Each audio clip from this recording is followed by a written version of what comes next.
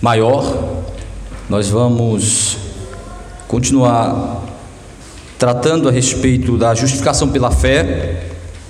Já trabalhamos algumas perguntas que o catecismo trata este assunto, e nós vamos continuar a partir da pergunta de número 71. Então, pergunta de número 71. Nós trabalhamos semana passada a pergunta 70, hoje nós vamos a partir da 71. Minha pretensão é irmos até a pergunta 73, onde o catecismo vai falar sobre a fé justificadora, a fé como instrumento da santificação. Então, da justificação, como meio de alcançarmos, de termos os benefícios desta justificação. Então, a pergunta 71 diz assim, no boletim foi colocado aí para os irmãos e amigos acompanhar. Pergunta 71 diz assim: como a justificação é um ato da livre graça de Deus? Como é que ela se torna um ato livre de graça, de livre graça? Porque que é uma graça, né? É um favor de Deus para nós.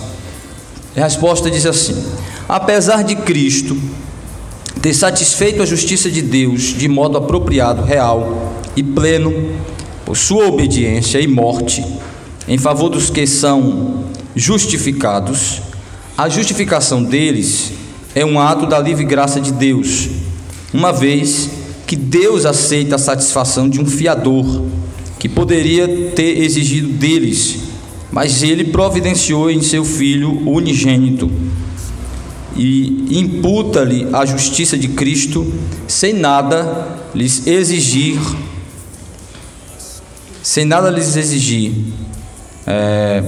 Está faltando uma palavrinha aqui. Além da fé, que também é dom de Deus, para que sejam justificados. Então, este ponto aqui da justificação, nós já trabalhamos as definições específicas do que é a justificação, que é o ato de Deus de declarar justos aqueles que pela fé são unidos a Cristo. É uma questão forense, legal, é a declaração judicial de Deus de que estamos livres da culpa e da condenação do pecado, e então somos, a partir deste momento, tratados em uma relação legal com Deus, como quem não deve mais nada à sua lei e como quem não pode mais adquirir nenhuma dívida eterna com a sua lei, né? Não podemos mais adquirir condenação, porque fomos justificados. A justificação é uma declaração de satisfação plena da lei de Deus, da justiça de Deus.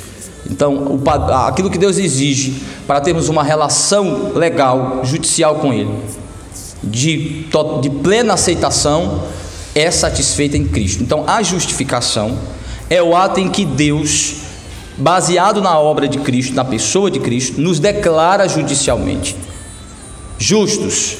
E então Ele passa a se relacionar, a nos tratar como pessoas justas, apesar dessas pessoas justificadas ainda ter o pecado nelas, ainda ter a impureza nelas.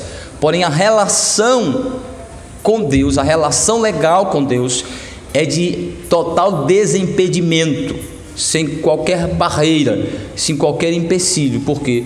Porque legalmente, judicialmente, não temos nenhuma pendência mais com Deus por causa do que Cristo fez.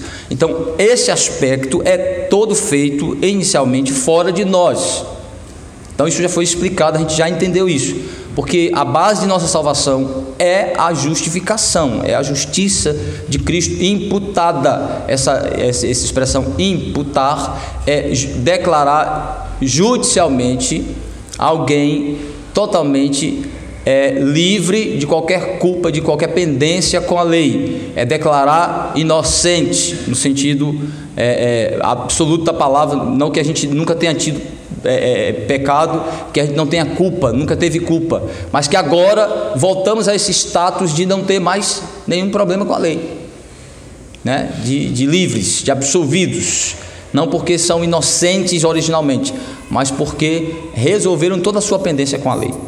Não deve mais nada, justificados, declarado justo. Então, este ato, ele é fora de nós, porém chega até nós como benefício através da fé, que isso nós vamos ver especificamente. Então, essa parte está explicando o seguinte: se a nossa justificação é um pagamento de Cristo, ele é comprado, a nossa justiça é comprada, a nossa justificação é paga por Cristo. Se é algo que precisou ser comprado, por que a Bíblia diz que é graça? É de graça. Então a gente vai descobrir que aquela máxima é verdadeira, que não existe jantar de graça. Nada é de graça. Quem diz que isso aqui é de graça, nada é de graça, no sentido de que para se ter algum esforço ou algum custo foi pago, algum valor foi pago, algum custo foi gastado ali, alguma coisa custou ali, alguma coisa teve que ser paga ou gasta para aquilo acontecer e existir. Não existe nada de graça. Chega de graça, mas não foi produzido de graça. Então, assim, esse é o sentido. Chega de graça para nós, mas não existe de graça. Foi comprado. Alguém pagou para a gente ter de graça. Então, assim, e a gente gosta muito de lembrar os nossos filhos disso, né? De que a comidinha de graça que eles comem, a roupinha que eles têm de graça, né? A casinha, tudo arrumadinho, a escola particular de graça. Porque eles não pagam, né? Então, a gente gosta muitas vezes de lembrar nossos filhos disso, né? Que aquilo que para eles chegam de graça, não é de graça. É pago. Os pais precisam trabalhar, tem um custo. E às vezes a gente precisa lembrar os nossos filhos disso, de que o que chega para eles de graça teve um custo. Alguém está bancando, alguém está pagando por aquilo, alguém está se sacrificando para ele ter de graça. E é por isso que a Bíblia diz que não devemos negligenciar tão grande salvação que recebemos. Ou seja, pelo fato de termos recebido de graça, pelo fato da Bíblia dizer que não é fruto de nosso esforço, que não foi exigido de nós o sacrifício, que não foi através de um sacrifício nosso, a gente muitas vezes banaliza. As pessoas costumam dizer que não é bom muitas coisas de graça porque as pessoas não valorizam, né? O esforço de alguém para garantir a gratuidade daquilo.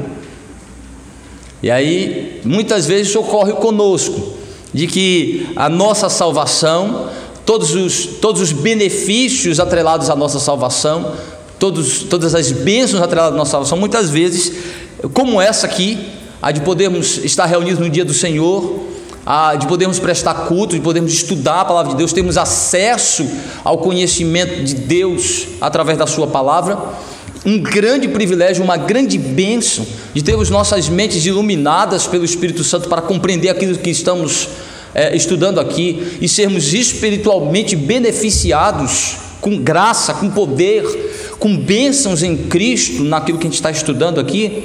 E muitas vezes a gente trata com um certo desprezo esta tão grande bênção, este tão grande privilégio que nós temos. Então, o que é que ele está querendo mostrar aqui? A relação da gratuidade com o pagamento. Ele diz assim: se a justificação do pecador dependeu do trabalho do mediador, do sacrifício, do pagamento, como é que é graça? É graça porque chega para mim por meio da graça, da misericórdia, chega para mim como um presente. A justificação é um presente, é uma dádiva de Deus, é um favor de Deus, é um dom de Deus, é um benefício de Deus para nós, mas custou caro. Paulo gosta de lembrar disso quando ele diz assim: não foi pelo valor de ouro, não foi prata, não foi pelas joias preciosas, não foi por esses metais e valores humanos que fostes resgatados do vosso fútil viver, mas pelo precioso sangue de Cristo. pelo que fostes resgatados. Ele diz, não foi por ouro, não foi por prata, não foi por nenhum desses metais nobres, por esses valores nobres, mas ele diz, muito mais de algo de valor excedente, algo de valor superior. Fostes resgatado por grande preço, Paulo ainda usa essa expressão, por um grande preço, pelo sangue de Cristo. Daí eu não gosto muito daquela música, da expressão daquela música que diz assim, eu não sei o quanto custou os meus pecados lá na cruz. Eu sei o quanto custou, eu não sei o quanto foi de intensidade o sofrimento de Cristo. Agora, quanto custou, eu sei quanto custou. É meio teologicamente falho, muito falho essa expressão na música, uma música até bonita, né? Mas nessa hora aí ela peca em dizer, eu não sei o quanto custou o meu pecado lá na cruz. Eu sei quanto custou, sei sim. Se eu não souber, isso compromete a minha salvação. Eu sei, custou a vida de Cristo, custou o sangue dele, custou um sacrifício altíssimo. Então eu sei quanto custou, eu só não sei a intensidade do que isso significa de sentir. Eu não sei o quanto isso significa em termos de sentir, mas de custar, do quanto custou, eu sei quanto custou. Custou o sangue de Cristo, custou o sangue de um inocente, custou a vida do justo por injustos. Eu sei, o custo é esse, é justo por injustos.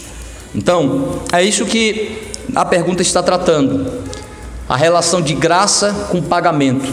Por quê? Porque às vezes é bem interessante esse desdobramento dos teólogos assumistas. Por quê?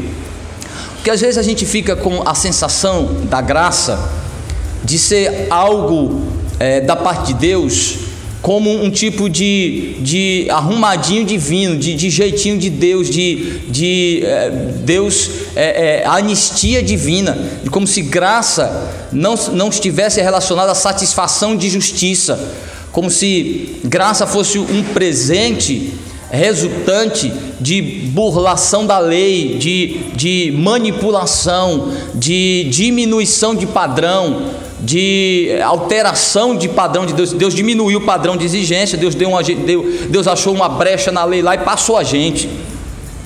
É como se graça fosse abrir mão da justiça, como se graça fosse não exigir justiça, não exigir satisfação de lei. Graça não é isso.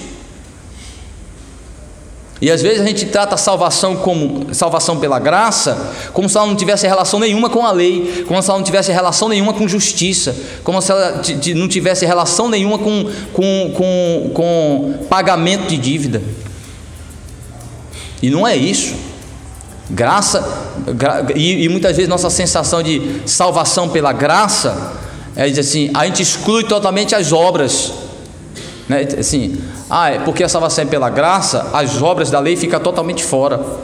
Fica para nós, mas para Cristo não. Então o certo é dizer que a nossa salvação é pelas obras de Cristo, chegando para nós por graça, por meio de graça.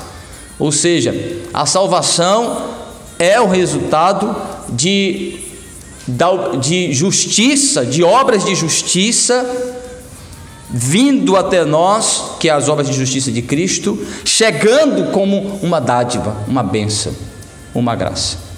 A graça não é barata, a graça é cara.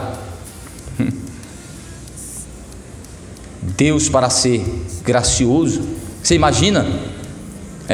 Se fosse assim, a graça seria como Robin Hood, né?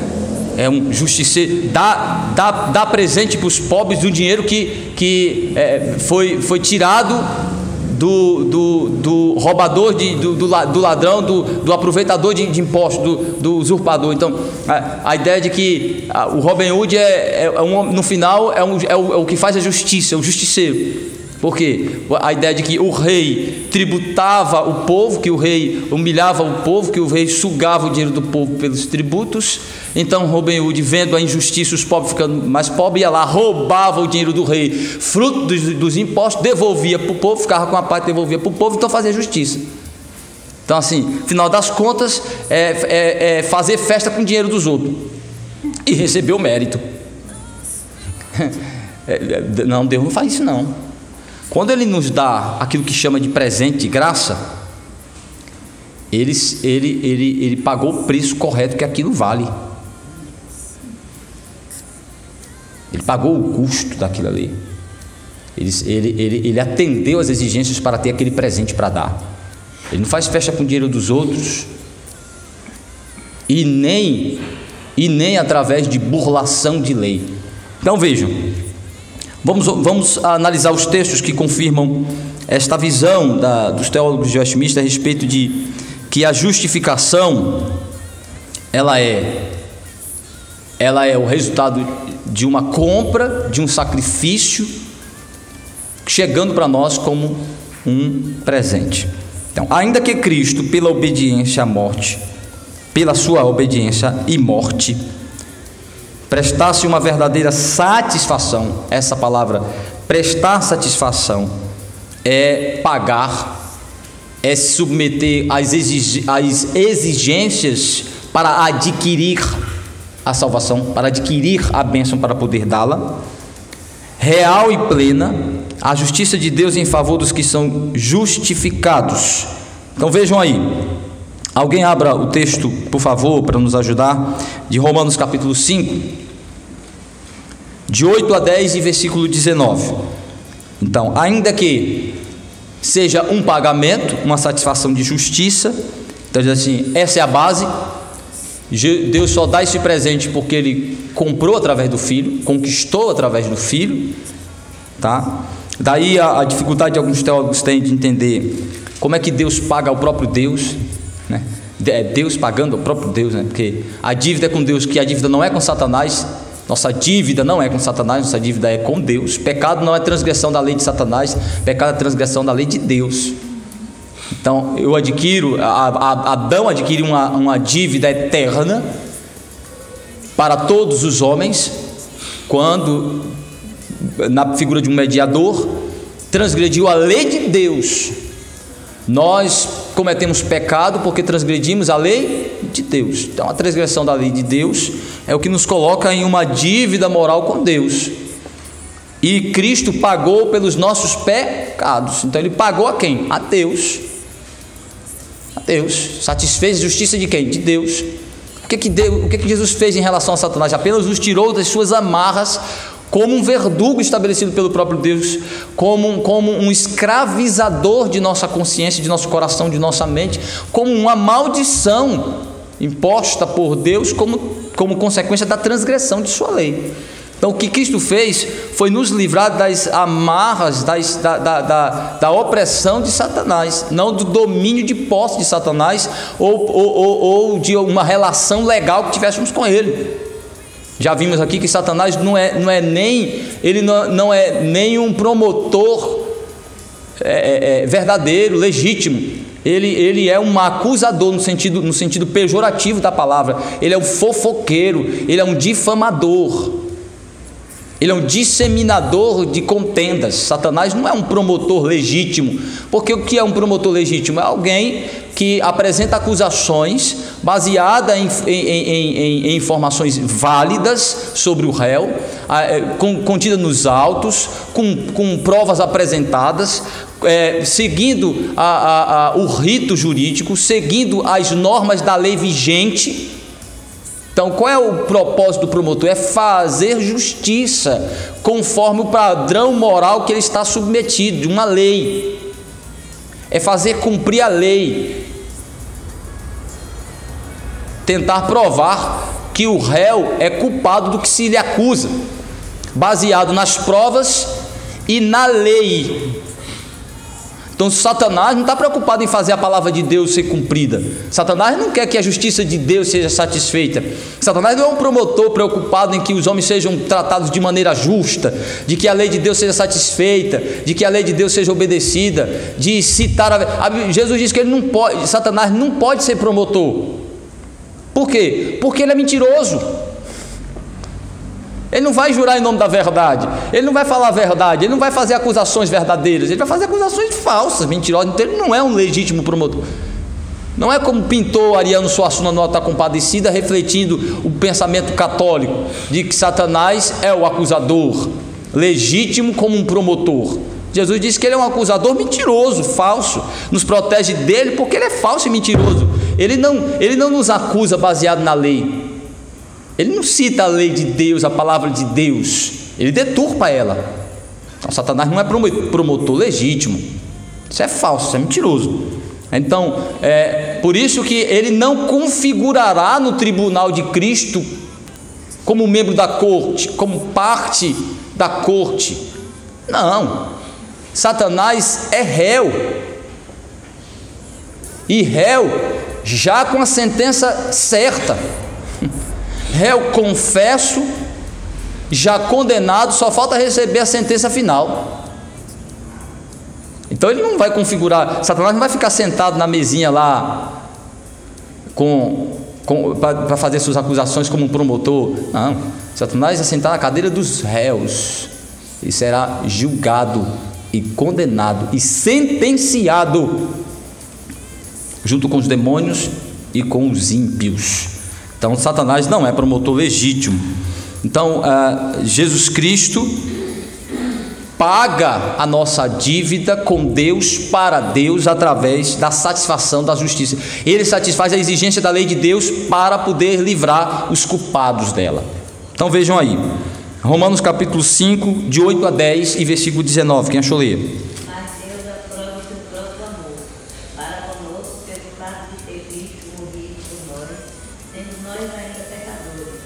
Logo, muito mais agora, sendo justificados pelo seu sangue, seremos por ele salvos da ira, porque se nós, quando inimigos, fomos reconciliados com Deus mediante a morte de seu Filho, muito mais estamos já reconciliados, seremos salvos pela sua vida. E não apenas isso, mas também nos gloriamos em Deus, o nosso Senhor Jesus Cristo, por intermédio de quem recebemos agora a reconciliação. Muito bom, versículo 19. Desse mesmo texto, versículo 19. Porque, como pela desobediência de um só homem, muitos se tornaram pecadores, assim também, por meio da obediência de um só, muitos se tornaram justos.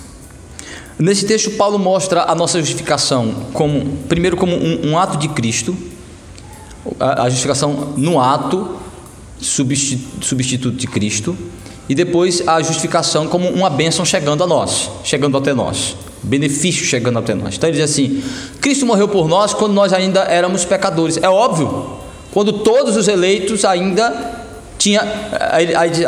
Vamos pensar aqui, do que Paulo está dizendo quando ele diz que Cristo morreu quando nós ainda éramos pecadores? O que isso significa? Ele está falando de quem? Ele está falando dos crentes que estavam vivos naquela época? Ele está falando do eleito? De quem é que ele está falando? Exatamente, Jesus está falando dos eleitos. Jesus morreu por quem?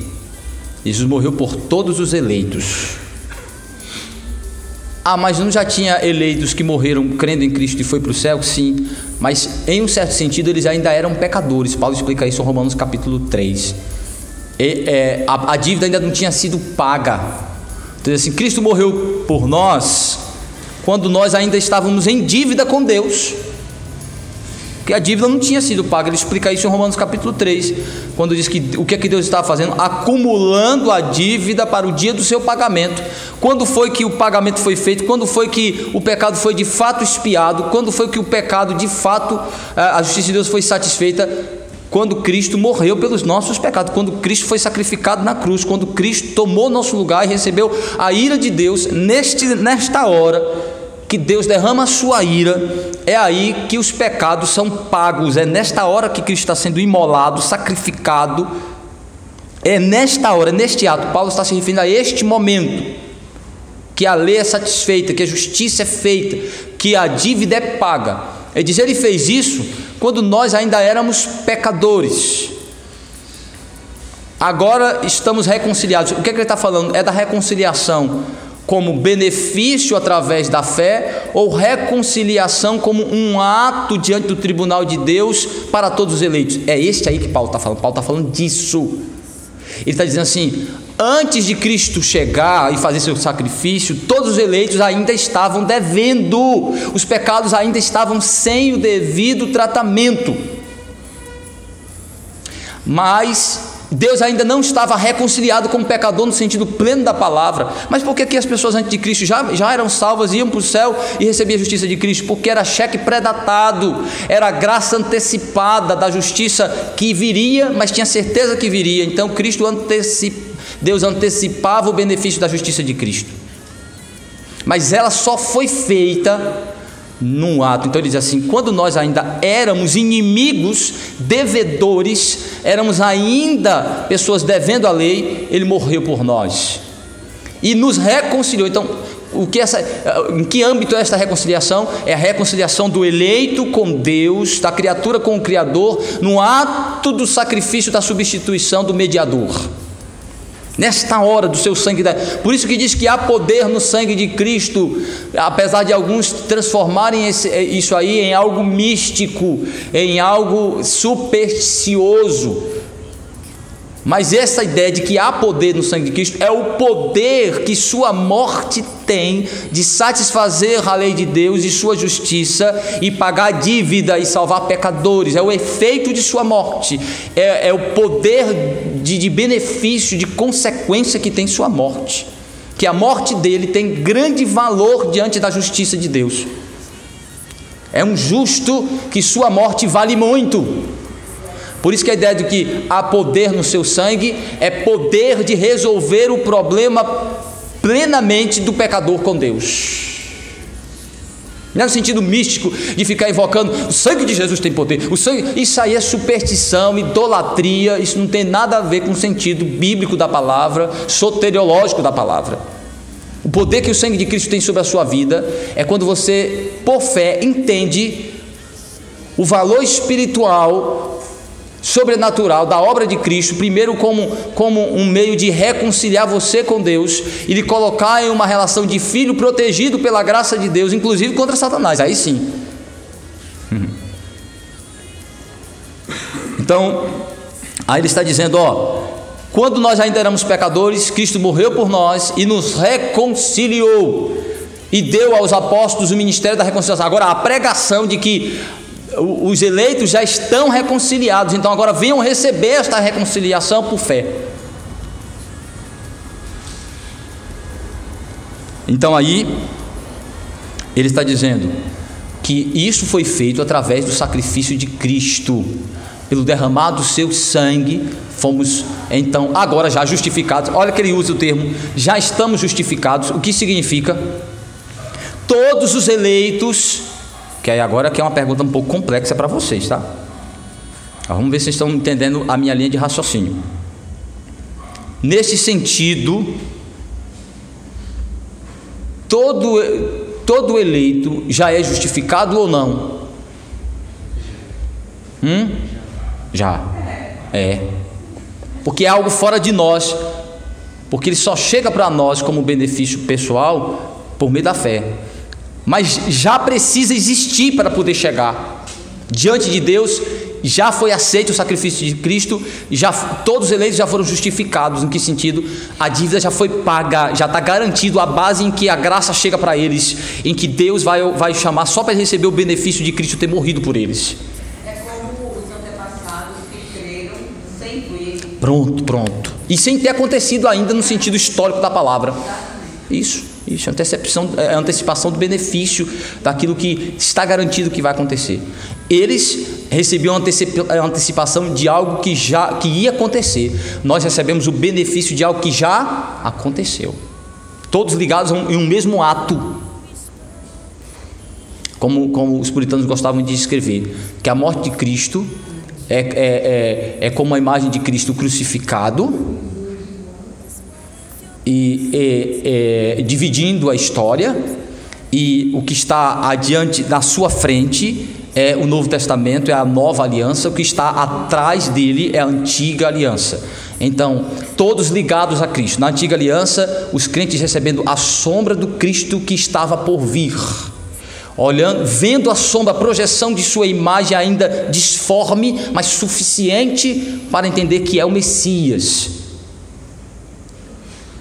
Ofuscada e obscura, mas suficiente para entender. Então está sobre a sombra da projeção do Redentor que está para vir. Nós estamos contemplando o Cristo frente a frente. Podemos ver quem é Ele, agora o vemos mais claramente. Ele já veio. Já podemos contemplar sua obra e sua pessoa de maneira mais clara, vívida. Então nós contemplamos o Cristo de frente para nós. Eles contemplavam o Cristo de costa, como uma sombra projetada sobre eles. Paulo fala isso, que a atividade religiosa, as cerimônias do Antigo Testamento, os ritos eram sombras de Cristo, projeção do Redentor sobre eles, do justificador sobre eles, suficiente para cobri-los com justiça. Quando Davi diz: bem-aventurado é aquele que o Senhor não imputa pecado, mas que os seus pecados são cobertos. Essa cobertura aí é cobertura forense, judicial, não é cobertura de panos quentes, é cobertura de satisfação, é pagar, é resolver a dívida, é pecado totalmente tratado. Bem-aventurado aquele que o Senhor não mais imputa, não mais colocará sobre crédito os pecados dele. Por quê? Porque houve cobertura, porque houve providência de substituto, pagador substituto. A linguagem de Davi lá no Salmo 32, né? Se eu não me engano, 32, todo nesse aspecto forense da justificação. Bem-aventurado é aquele que o Senhor escolheu para não imputar sobre ele seus pecados. Por quê? Porque vai imputar sobre Cristo, mas providenciou sobre ele uma cobertura, mas os seus pecados são cobertos. Esse coberto aí não é panos quentes, não é vista grossa, não é conchavo, não é arrumadinho, é cobertura de satisfação de justiça, é cobertura de resolução do problema, atendendo às exigências da lei para livrar o culpado. Então aí, por isso que em Romanos 5 Paulo diz assim, que pelo sangue de Cristo morreu por nós quando éramos pecadores, e seu sangue foi suficiente para cobrir os nossos pecados e nos reconciliar com Deus, reconciliar todos os eleitos. Não tem mais dívida com Deus. E aí, a seu tempo, chega para nós. Então vamos lá. Aí no versículo 19 ele diz assim: por um ato de pecado todos se tornaram injustos, mas por um ato de justiça, ou seja, por um ato de Cristo, eles se tornaram justos. E esses salvos pela sua vida na vida de Jesus? Não, vida agora aí é a ideia de que ele morreu, ressuscitou, e como aquele que pagou a dívida passando pela morte, agora a morte não pode mais, essa nova vida em Cristo, essa vida ressurreta dele. Então, se nós fomos beneficiados com o aspecto negativo de sua obra, que era o sacrifício, muito mais seremos com as bênçãos conquistadas, a vida plena que ele conquistou. Sua vida aí é exatamente o Cristo ressurreto como fonte de bênção plena, de vida plena para o crente, porque tudo que receberemos está associado a quem Cristo é, ao que ele fez e o resultado de sua obra. Então a ressurreição, o passar pela morte, sua morte é a nossa morte, sua ressurreição é a nossa ressurreição. A sua vida será a nossa vida. Tanto que nossa ressurreição, ela tem como paradigma Cristo. Por exemplo, o nosso corpo ressurreto tem Cristo como paradigma, como referência. Então ele diz assim, a nossa vida plena está associada à vida de Cristo. Se na sua morte fomos beneficiados tamanho com justiça, muito mais seremos com a vida, com o Cristo vivo ressurreto, sim. Tem alguma coisa a ver com os 33 anos que ele viveu, cumpriu a lei, todo o seu viver aplicado a nós? Não, tem mais a ver com o que Paulo está falando entre a morte e a ressurreição de Cristo. O que a morte traz de benefício, então ele está falando, a morte especificamente traz como benefício a justificação, e sua ressurreição mostra que o Cristo venceu e conquistou todas as bênçãos de vida plena para aqueles que precisavam morrer, para aqueles que precisavam ser condenados. Então ele não tem mais, o que ele tem para nós não é morte, mas ele tem vida plena. Então em sua vida, ele já passou por essa morte necessária, de sacrifício. Mas se ela foi benéfica, é isso que ele está dizendo, se a morte trouxe benefício, e grande benefício, aí ele vai dizer assim, muito mais sua vida. Está entendendo? A ideia de superabundar a graça, a ideia de que Cristo paga a dívida e ainda deixa crédito grandioso, é isso que ele está dizendo. Se sua morte, para pessoas que ainda estavam em dívida, para pecadores, traz um tamanho benefício que é a justificação, ele diz, se agora justificados estamos reconciliados com Deus, ele diz assim, a vida de Cristo e com Cristo, se em sua morte temos tamanho benefício, e em sua vida. E o salvo da sua ira já é da ira que virá. É porque já estamos justificados, reconciliados. Aí ele está dizendo assim, não podemos mais ser condenados por Deus. Deus não pode mais nos condenar. Daí o perigo de banalizar a graça, né? O presente, né? Aí Paulo entendeu logo isso. Aí diz assim, não é como alguns dizem, se não estamos mais na lei, mas na graça, então vamos viver pecando, para a graça abundar mais ainda. Aí Paulo disse, opa, errado. Como podemos viver para o pecado, nós que fomos libertos de sua escravidão? Então essa graça está errada. É uma graça fundamentada em justiça. Não é graça fundamentada em banalização. Não é graça fundamentada em libertinagem, não. É graça fundamentada em justiça. É graça fundamentada em satisfação da lei de Deus. É graça fundamentada em santidade. Essa mentalidade libertina é uma evidência de que não foi salvo. Ou que esta graça aí, eu não posso usar a palavra contrária porque fica meio feio, mas esta graça é com aquele prefixo que vem à frente dela, é a falta dela. Tá? É isso aí. Então, o ponto de Paulo é mostrar que esta graça tem uma base cara e justa e santa. Por isso que negligenciar ou não entender a doutrina da justificação pela fé é algo totalmente comprometedor para o entendimento e a natureza de minha fé. Essa doutrina ela é o coração do cristianismo reformado, da doutrina reformada, justificação pela fé. Porque a base de minha graça, a base de minha misericórdia, da misericórdia de Deus para comigo, a base da bondade de Deus para comigo, do amor de Deus para comigo, é a justiça de Cristo. É uma base legal, é satisfação de lei, satisfação de justiça. Não é banalizado, não é libertinagem. A graça me libertou para eu viver como eu quiser. Graça é satisfação de lei. E Paulo deixa isso bem claro quando ele diz assim, então, se é por graça, anulamos a lei? Ele diz, não, satisfazemos a lei. A lei não é negligente. Cristo não burlou a lei, não manipulou e nem diminuiu sua exigência, o padrão de exigência. Cristo satisfez plenamente. E na nossa santificação está ainda derramando os benefícios dessa satisfação.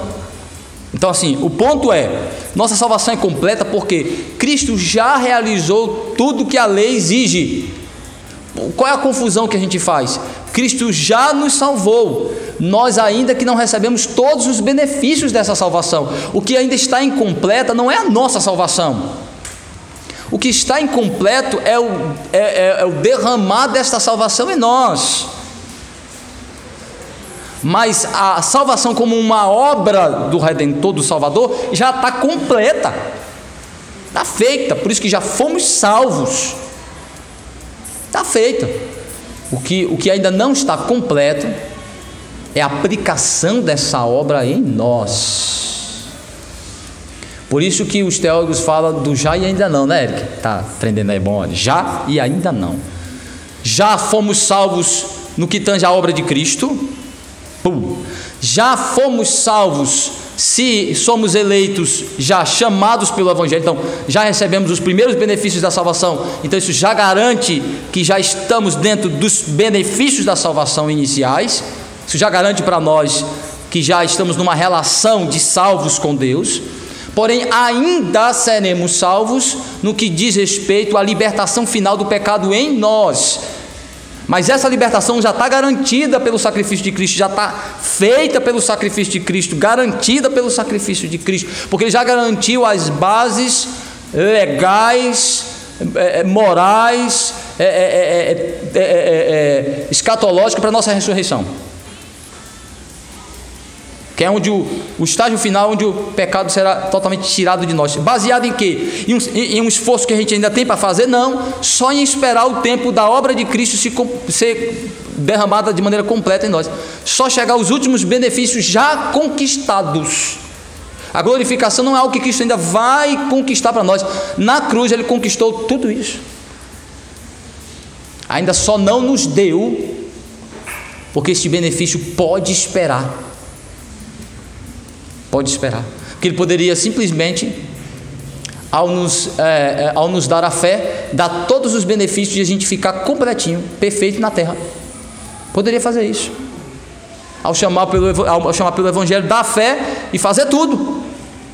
Regenerar, justificar, transformar em filho de Deus e glorificar. E o crente ficar, pronto, perfeito. Mas não era o plano dele a gente alcançar a perfeição aqui. Receber os benefícios completos da obra aqui.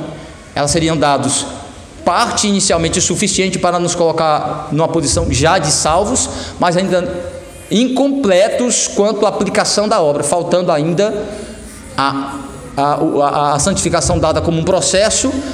Porque a gente diz que santificação por um processo? Porque Ele está gradativamente derramando essa graça santificadora. Ele não dá toda a graça necessária para completar a obra, Ele derrama em porções, até quando na glorificação termina a obra da santificação, alma e corpo glorificados, transformados, pleno, completo. Então sempre vai estar incompleto. Até chegar a glorificação. Quando chegar a glorificação, aqui na terra, não, sempre incompleto. Sempre incompleto. Quando é que o crente experimenta a perfeição e a completude de sua salvação? A ressurreição é a última parte. A primeira parte é quando ele morre. Como assim, pastor? Porque primeiro a alma precisa ser aperfeiçoada para ir para o céu. Então ela primeiro recebe o benefício da completude da obra da salvação. Quando o crente morre, ele é aperfeiçoado no poder do Espírito e sua alma chega lá. Porque já pensou se ele chega ainda lá esperando o corpo para aperfeiçoar? O céu seria um inferno. Ou os crentes teriam que ficar mesmo no purgatório. Porque já pensou se a gente passa daqui, o crente como a gente é agora, e fica esperando o aperfeiçoamento de nossa vida espiritual quando esperar o corpo? Não.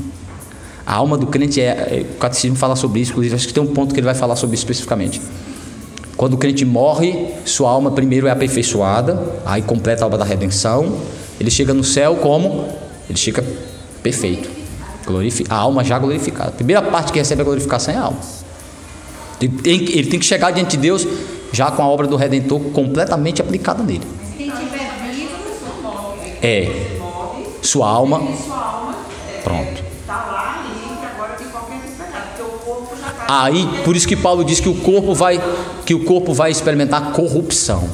Essa corrupção é a deterioração do corpo. Porque é matéria. Só a alma não. Isso é matéria. Pronto. Matéria é terrível. Isso. A alma não. mas quem tiver vivo no dia da vinda, vai ser. Daí coisa fantástica. Aí Paulo está dizendo assim: tem que ser glorificado. Então, os mortos já têm a alma glorificada, precisa do corpo. Então, no dia da por isso que primeiro os mortos. Então, aí vem com as almas dos crentes com Cristo nas nuvens, que é isso que Paulo descreve, né? Vem com os crentes nas nuvens, aí dá ordem para os crentes mortos, o corpo ressuscitar. Então, o que acontece? Suas almas desce e se une ao corpo.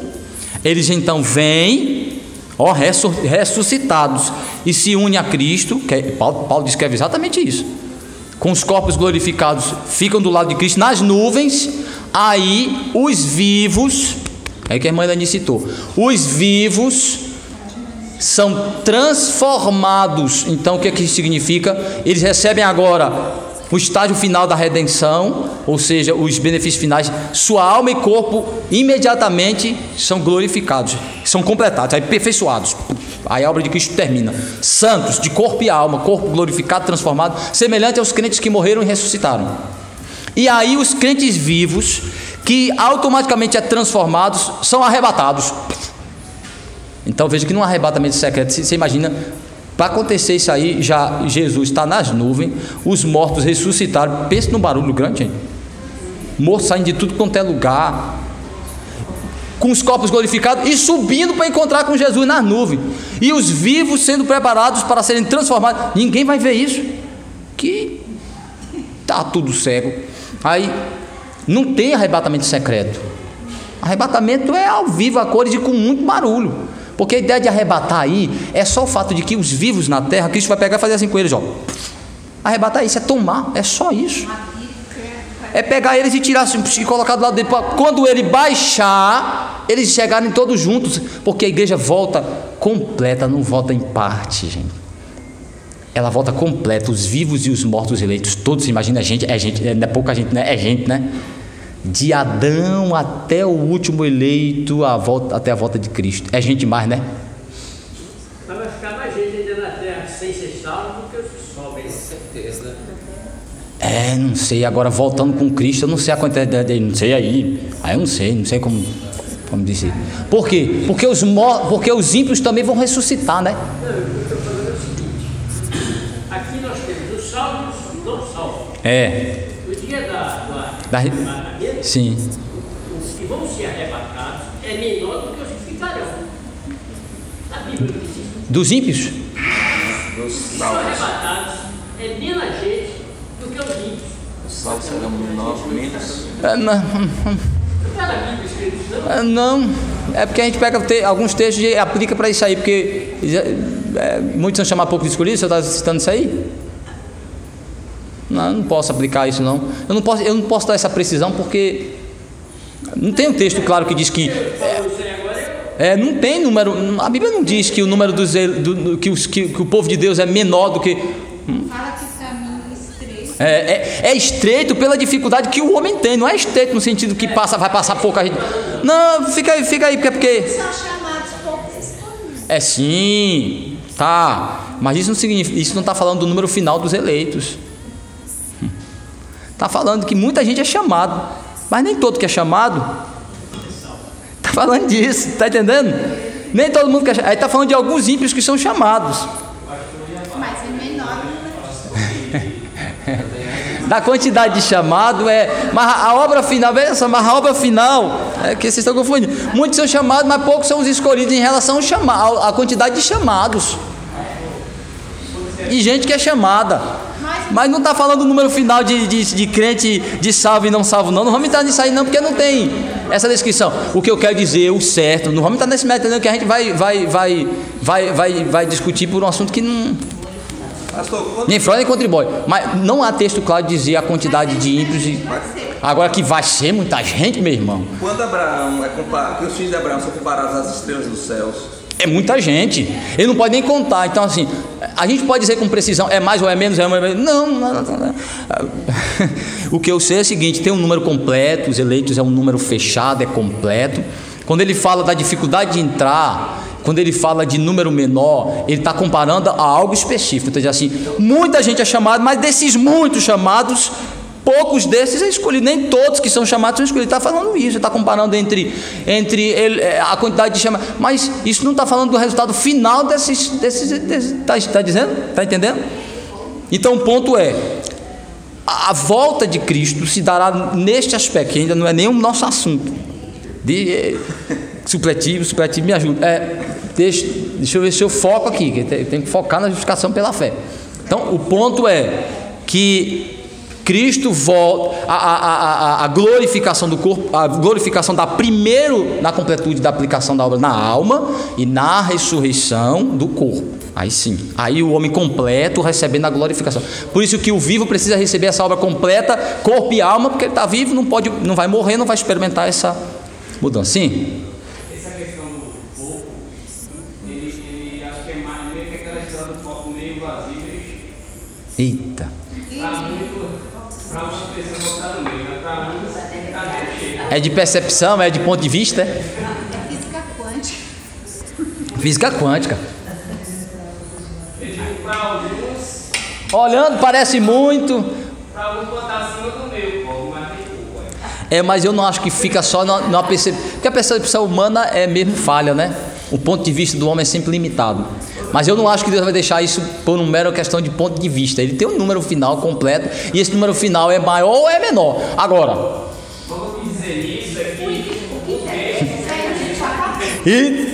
Você tá, você não pode ser igual os testemunhos de Jeová, que você pergunta quantos vão para o céu? 144 mil. Você conhece 144 mil? Não. Você está no meio deles? Não. Quem é esse povo, gente?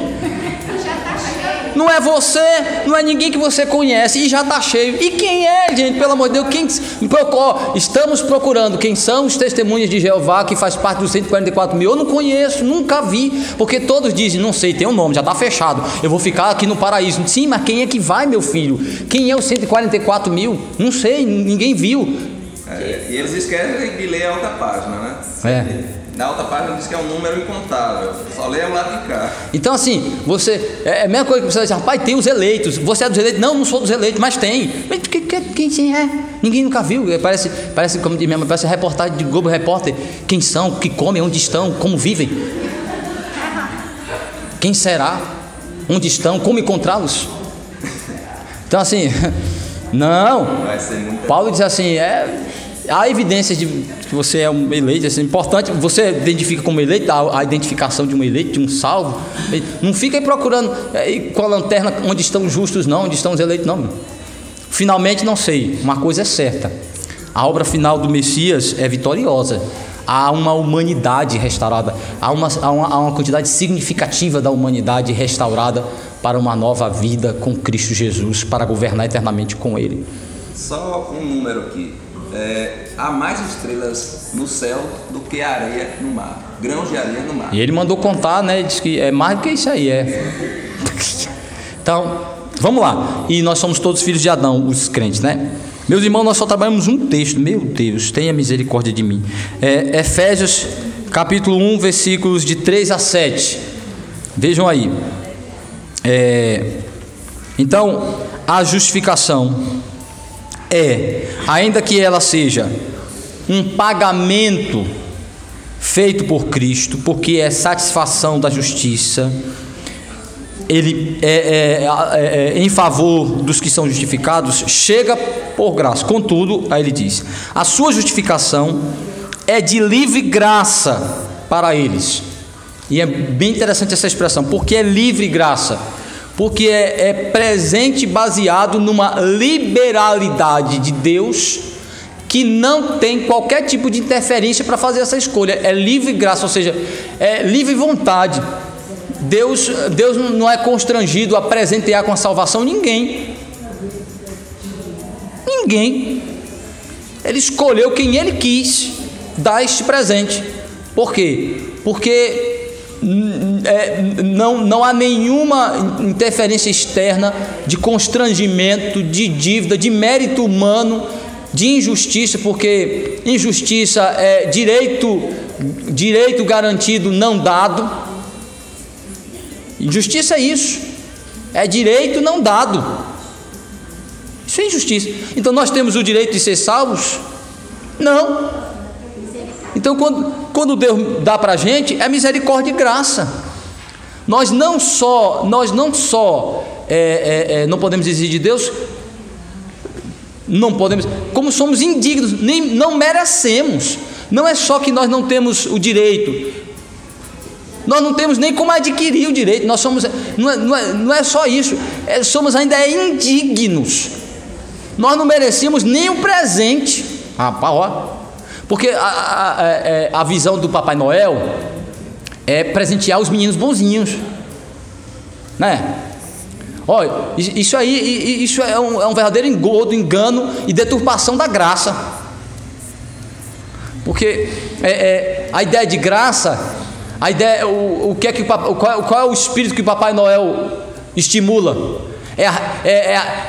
As pessoas fazerem o bem, os meninos serem obedientes, esperando serem recompensados. E quando o Papai Noel vai recompensar, ele recompensa os bonzinhos, né?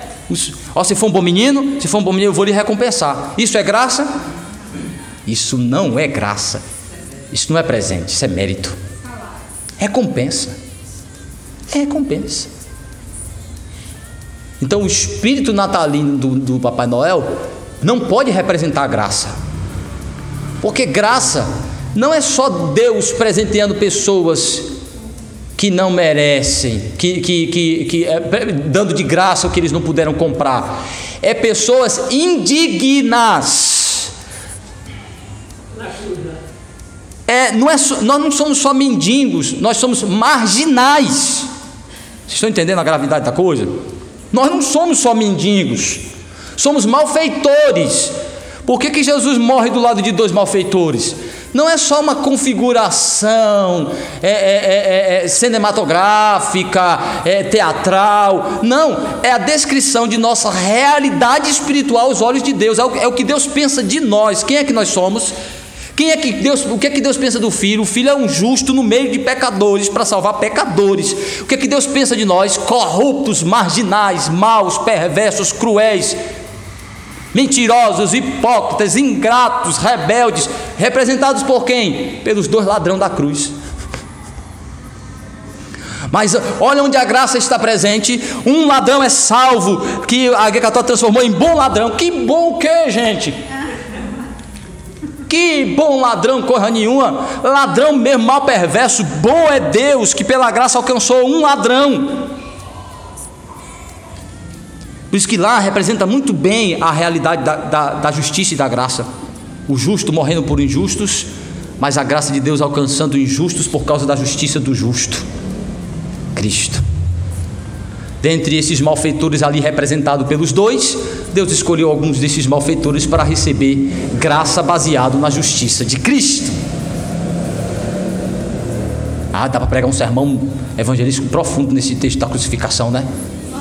E eu gosto de usar esse texto porque eu digo: sabe quem é você e o que Deus pensa de você? Você é um marginal. É pesado, né, esse termo? Mas o que é ser um marginal?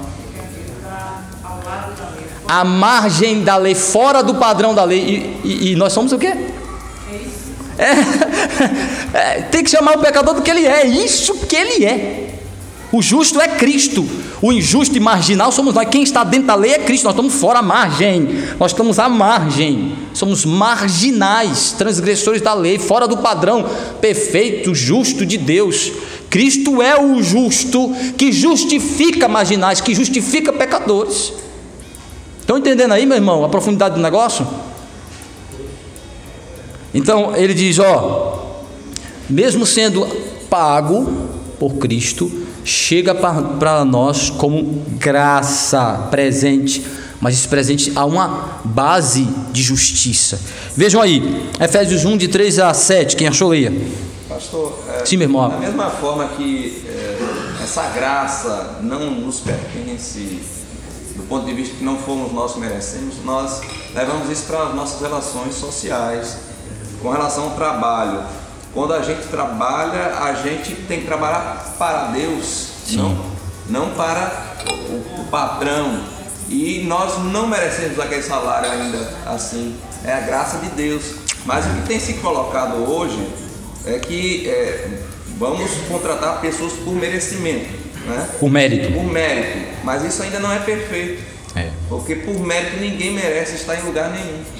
Ninguém merece estar com cabeça em lugar algum. Mesmo que isso de alguma forma nas relações humanas tenha seu lugar, né, como neste caso, de mérito no sentido de observar as qualificações e a preparação necessária para aquilo, acho que é mais por isso aí, né? Mesmo aí, isso, eu concordo com você, mesmo aí não é perfeito, mas é necessário se fazer isso no que tange dar a alguém a oportunidade de fazer alguma coisa, né? Então aí não é simples e não é necessariamente mérito por algo inerente, mas é reconhecimento de habilidades necessárias de aptidão e preparação para atender aquela exigência, aquela área. Isso é importante. O que não se pode fazer é isso, achar que eu estou necessariamente premiando e recompensando alguém que inerentemente tem todos aqueles benefícios. Eu estou recompensando um mérito inato. É isso que... É aí o problema da idolatria, de vamos pegar as coisas boas e transformar e botar o pecado. Você está correto. Não é totalmente um reconhecimento de mérito, mas nesse caso é necessário se observar esses aspectos da aptidão, da habilidade. Então vamos falar sobre isso um pouco à noite, dos desafios na igreja, um deles vocacionais. Que não é recompensando os méritos, mas reconhecendo as aptidões. É necessário reconhecer a quem Deus premiou, né? Por exemplo, eu não posso colocar alguém aqui como presbítero por questão meramente de méritos pessoais, mas de reconhecimento de aptidões e dons dados por Deus precisa. Está entendendo? Há uma diferença entre reconhecer o mérito humano e reconhecer as habilidades, a vocação, os dons, a preparação que Deus, pela sua providência, conduziu aquele indivíduo. Isso é necessário. Então, quando se fala, às vezes eu entendo que essa questão de premiar o mérito, de reconhecer o mérito, tem a ver mais com isso, com você colocar as pessoas certas no lugar certo, porque elas têm a aptidão para aquilo, foi preparada para aquilo, e muitas vezes habilitadas pelo próprio Deus com dons para aquilo ali. Então, vamos falar um pouco sobre isso. Às vezes tem gente bem intencionada no lugar errado, que não tem a aptidão, a vocação necessária para aquilo ali, enquanto outros muitas vezes têm, e fica por N motivos, fica ali, porque as pessoas dizem assim, você tem que fazer aquilo que gosta. Não é bem verdade, não é bem assim não. Você tem que fazer aquilo que você foi vocacionado para fazer, que você recebeu as habilidades necessárias para fazer, e o que gosta, se você tiver a oportunidade, você faz como hobby, e se conciliar a necessidade, a vocação e o prazer, ótimo, aleluia. Mas se não, primeiro necessidade, segundo vocação, porque às vezes você não tem como atender imediatamente a sua vocação, mas você tem que atender a boca do menino chorando, da mulher, o menino com a barriga vazia. Então, mais do que vocação, primeiro necessidade. E enquanto você está suprindo a sua necessidade, busca entender sua vocação. Primeiro, necessidade. Segundo, vocação. Por isso que você precisa se preparar. Por isso que para você casar, ter família, ora, pede a Deus, se prepara. Senhor, qual é a minha vocação? Por isso que orientação pastoral sobre a questão de vocação é interessante, é importante. Quais são as habilidades que Deus lhe deu? O que é que Deus lhe colocou para fazer? O que você faz melhor? O que é que você se identifica? Quais são as qualificações, os dons, as habilidades que você deu, que Deus deu para você? O que dele deu que você faz? E aí a pessoa diz assim, rapaz, eu não sei fazer nada bom. É preguiçoso. Quer se livrar do trabalho. Eu não sei fazer nada direito. Mentira. Os outros dizendo assim, faz, olha, isso faz algo de mão cheia. Mas que tão cansaço tão grande. Aí outro problema não é falta de vocação, é preguiça. Olha, meus irmãos, o pecado da preguiça é um encosto na vida de um monte de crente. Enterrando os talentos que Deus deu, vocações, e oportunidades muitas vezes. Aí fica assim, eu não sei fazer nada direito. Mentira. Eu antes de viver a vocação ministerial, eu fiz um monte de coisa por necessidade. Um monte de coisa na minha infância, na minha adolescência. Lavei carro, capinei quintal, trabalhei na feira. Fiz Bem que eu achei que você tinha habilidade capinando. Minha mãe me levava para a roça, a gente capinava, era parte, ajudava a plantar, capinar, limpar. Eu já fiz um monte de coisa. Um monte de coisa, você imagina, eu já fiz um monte de coisa. Mas eu nunca me senti assim, rapaz, não é a minha vocação, não é a minha habilidade. A gente tem que fazer, a necessidade urge, a necessidade chama, você não fica esperando não. Aí você tem família, você tem filho, você fica, eu estou esperando a minha vocação, fazer aquilo que eu gosto. Eu não gosto de nada. Não, meu filho, primeiro do que eu gostar, por exemplo, eu gosto muito de música. Mas gente, Deus não me deu dom não. Deu não. Olha, eu canto em tons que não existem. Alguém diz assim, pastor, que tom é esse que o senhor está cantando? Eu sei lá. Aí ele vai procurar na escala, não acha. Eu estou em uma escala de um mundo paralelo, meu filho. Eu não sei como descobrir. Eu mudo de um tom para outro, eu vou de uma escala para outra. Meu irmão, eu sou um ninja cantando. Eu dou saltos de um tom para o outro. Eu gosto de música, eu gosto muito de música. A música mexe muito, eu gosto, mas sei que Deus não me vocacionou para viver de música. A música tem que ser um hobby na minha vida, não pode ser a minha fonte de sustento, senão eu mato minha mulher de fome e morro junto com ela e meus filhos. Se eu for viver da música, meu Deus. Então, só o fato de eu gostar, isso não é a minha vocação. Eu tenho que ser bom nisso, para viver disso. Tenho que ter habilidade para ser bom nisso. Mas o cara se esforçou tanto para viver da música. Eu me esforcei, eu fiz aulas de música, comecei a fazer aulas de flauta. Na minha infância, na adolescência, fiz aula de regência, conheço de pauta, sei ler partitura. Tenho muito conhecimento teórico de música. Isso não se traduziu em uma arte na minha vida nunca. Tenho arte circense, tenho arte, a arte, esqueci agora o nome da arte, mas ela mesmo. De representação, né? Artes cênicas. Tenho arte cênica na minha, mas não é também a minha vocação. Minha vocação é pastoral. Mas antes de viver a minha vocação pastoral, eu tramitei por áreas de necessidade e até de prazer, que não era a minha vocação. Que eu não sei porque eu cheguei aí, mas... A questão que Deus dá a vocação. A vocação, e você precisa pedir a Deus que lhe ajude a entender e ver a sua vocação para você estar no lugar certo. E entender que nem sempre você vai estar imediatamente no lugar de sua vocação. Então, primeiro, necessidade. Segundo, vocação. Terceiro, prazer. Terceiro, prazer. E quando une os três, aí aleluia, né, Sandra? Quando une os três, quando você faz aquilo pela necessidade de ter um trabalho, entendendo que é a sua vocação, suas habilidades foram dadas por Deus para fazer aquilo. Você faz bem aquilo porque Deus lhe deu a habilidade e a oportunidade de você se preparar intelectualmente para aquilo ali. E você tem prazer, aí as estrelinhas, começam a brilhar. Isso. Mas nem sempre, nem todo mundo vai ter a oportunidade de unir os três. Nem todo mundo. Eu vejo muita gente perdida porque está em busca daquilo que é o seu prazer. Bem errado, quando muitas vezes a família passando necessidade, ele passando necessidade, precisando. Meu amigo, faz o que vier à tua frente para matar a fome de tua família, para suprir sua necessidade, para você se preparar até para fazer aquilo que gosta. Talvez você faça quando estiver aposentado, né, Manani? Eu gosto de viajar também, mas se Deus me der vida, e só vou poder fazer isso, der vida, saúde e uma boa aposentadoria, eu quero coisa demais. Se Deus me der a idade boa do meu pai ali, aquele senhorzinho de cabeça branca ali, ele tem 72 anos, é isso, pai? Aquele senhorzinho tá saudável, tá bonzinho, tá viajando, podendo viajar, andou meio adoentado, mas Deus abençoou ele com mais um pouquinho de saúde, com um dinheirinho bom, como ele tá com um dinheirinho bom, com saúde, 72 anos, podendo viajar visitando filho, aí é uma bênção. Aí a pessoa diz assim, eu só quero emprego que eu posso viajar pelo mundo. Gente, isso aí é um grupo seletíssimo de pessoas que vivem, que trabalham ganhando para viajar. A minha vocação é viajar, não é não, meu filho?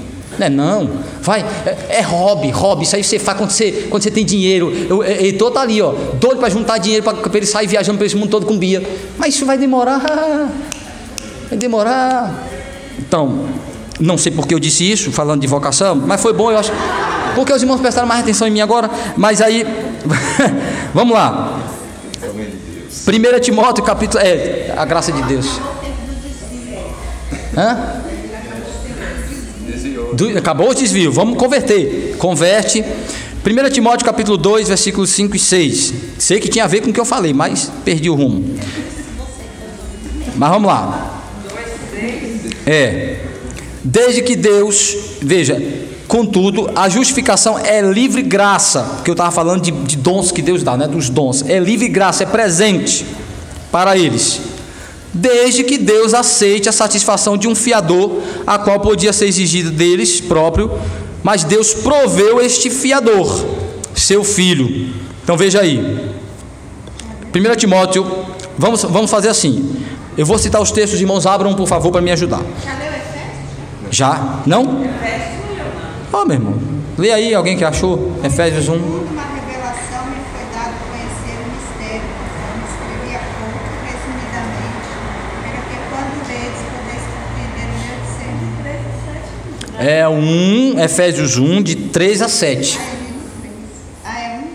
Bendito seja o Deus Pai de nosso Senhor Jesus Cristo. Agora. Nos tem abençoado com toda sorte de bem espiritual nas regiões celestiais assim como nos escolheu nele antes da fundação do mundo para sermos santos e repreensíveis perante ele em amor, e nos predestinou para ele para a adoção de filhos por meio de Jesus Cristo, segundo o beneplácito da sua vontade, para louvor da glória de sua graça, que ele nos concedeu gratuitamente no amado, no qual temos a redenção pelo seu sangue, a remissão dos pecados, segundo a riqueza da sua graça. Vocês estão prestando atenção numa coisa? Paulo está chamando a nossa salvação de graça, mas toda hora ele diz assim: ele nos predestinou em Cristo, ele nos redimiu em Cristo. O que ele está dizendo é o seguinte: que todo passo de nossa salvação tem que ser por meio de Cristo, porque é Cristo quem faz a base justificadora, a base legal. Deus nos predestinou nele, nos justificou nele, nos redimiu nele. Ele está mostrando que esta graça se baseia no mérito de Cristo, se baseia no sacrifício de Cristo, no pagamento de Cristo, na justiça de Cristo. É graça proveniente de uma base objetiva, conquistada, de méritos conquistados. Então diz assim: não é graça barata, é graça cara. Não é graça de graça, é graça comprada, presente comprado e dado de graça para nós. Diz assim, que para o louvor de sua graça, para que nós louvássemos a bondade de Deus, para que, assim, obrigado Deus por me dar o que eu não mereci, eu não comprei, não mereci. O que eu estava falando é dos malfeitores, né? Eu cheguei aí porque eu fui para Dimas lá, o ladrão, acabei chegando. Não é só porque não teve como comprar, não tem a dignidade. Então ele diz assim: presente para malfeitores, assim, para o louvor de sua graça, para nós louvarmos sua graça, mas em Cristo, vai dizer que há uma base objetiva e justa deste presente, desta graça. Então aí se une o pagamento com o presente, aí se une a satisfação da justiça com misericórdia, certo? Cobrança, exigência, mérito com graça, com bondade. Então aí ele diz: para fazer isso, Deus precisava, havia uma necessidade. Contudo, a sua justificação é de livre graça, certo? Que não há mérito nem constrangimento, desde que Deus aceite a satisfação de um fiador, que ele atenda às exigências, certo? A qual podia ser exigida deles.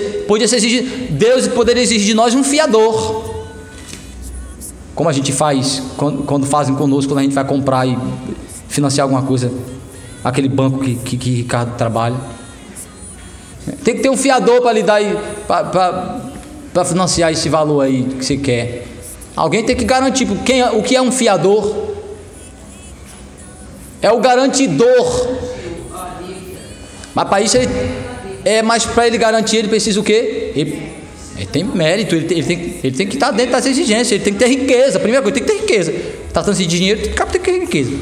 Aí você vai chamar um pobre para fiar pobre, um liso para fiar liso, ser fiador de liso, um pecador para ser fiador de pecador.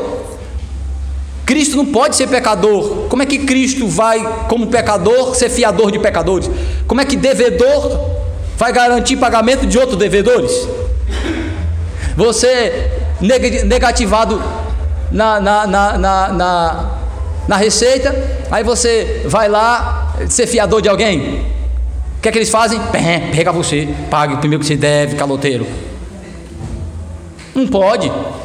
Está negativado, vai querer ser fiador de alguém, sim. Mas é interessante que esse mesmo texto, eu preguei quando você estava ausente, foi a última semana, ele vai falar de uma riqueza infinda. O Shelley fala sobre isso, que é como se nós tivéssemos acesso a essa riqueza absurda e passássemos necessidades como cristãos.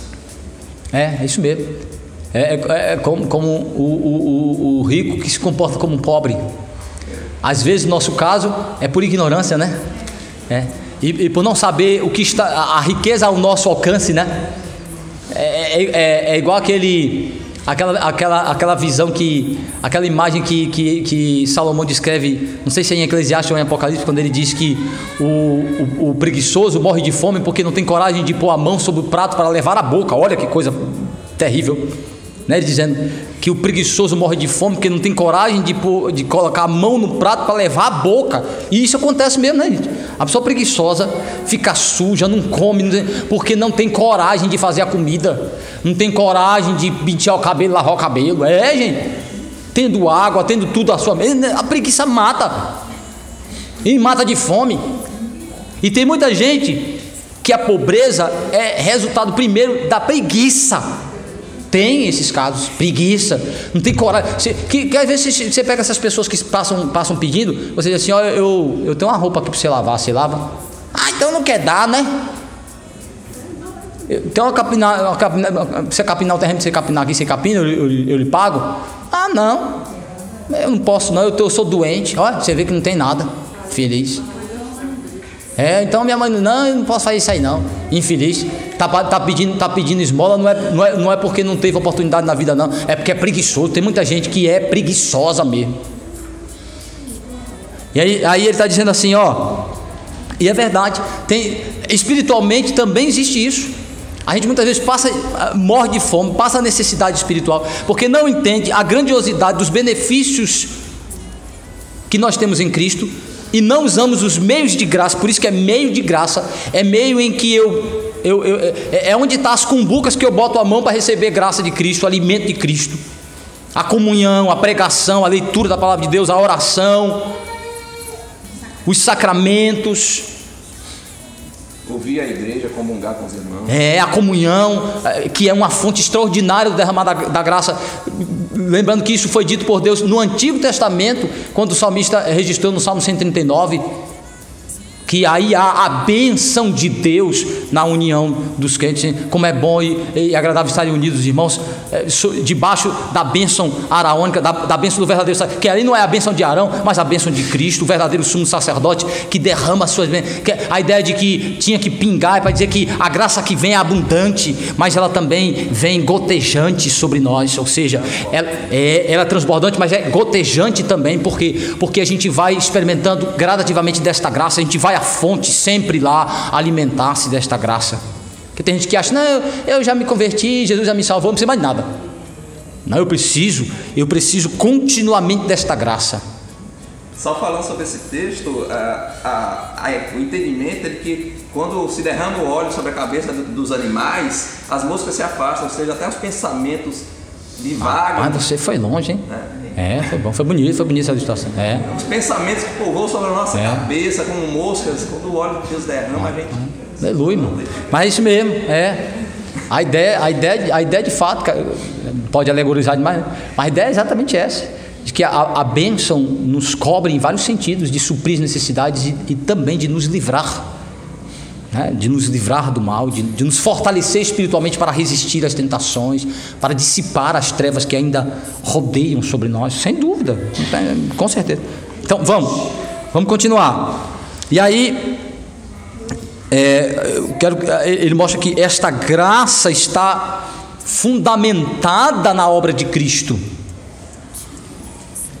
Por isso que o entendimento também do efeito, de qual é o papel da fé, que a gente vai ver semana que vem, que foi muito pretensioso da minha parte achar que eu ia trabalhar mais de um ano. Pois é, hoje. Mas mostrar exatamente que a fé é o meio, não é a fonte. A fé é o meio para se chegar à fonte. E tem gente que fica só no meio. É fé na fé. A fé, há poder na fé, fé poderosa. Não, meu irmão, sabe qual é o maior poder da fé? É nos conectar a Cristo.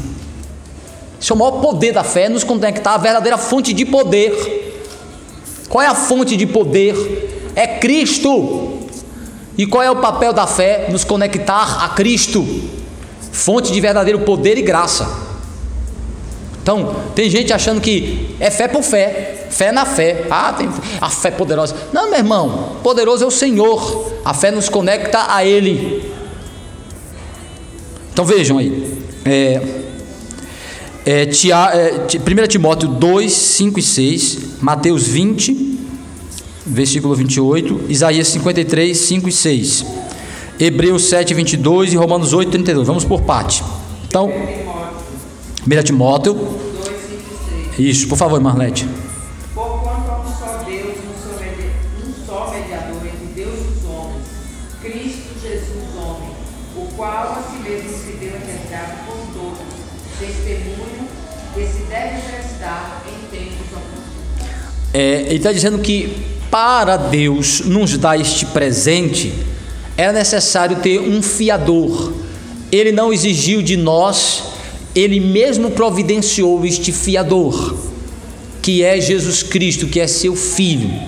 Então ele diz assim: Cristo fez por nós o que não poderíamos fazer. Então é isso que ele está dizendo aí. Como é, Marlete, de novo? Porquanto há um só Deus e um só mediador entre Deus e os homens, Cristo Jesus, homem. Aquele que se deu por resgate de nós. Essa palavra resgate, ela está relacionada a uma transição de negócio, tá? É o indivíduo resgatando o penhor. Penhorou e está resgatando a ideia de que nós estávamos, já pertencíamos a Cristo, estávamos debaixo da escravidão do pecado, da maldição, da ira de Deus, de Satanás. Então Cristo, o fiador que tem crédito, foi lá e nos resgatou, pagou a dívida e tirou a gente lá. Estava preso, porque não tinha como pagar. Então ele é um fiador que resgatou, que tinha crédito para resgatar o indivíduo debitado, em débito, em prisão, certo? Aí vejam, 1 Timóteo 2, 5 e 6, ele fala que Cristo resgatou. Aí Mateus, vejam por favor, Mateus capítulo 20, versículo 28 e Hebreus 7, 22. Mateus 20, 28, Hebreus 7, 22. 20 e 28, quem achou ler? Como o Filho do Homem, que não veio para ser servido, mas para servir e dar sua vida em resgate por muitos. Mais uma vez, Jesus dizendo, confirmando aquilo que Paulo vai dizer posteriormente, ele veio dar a vida em resgate.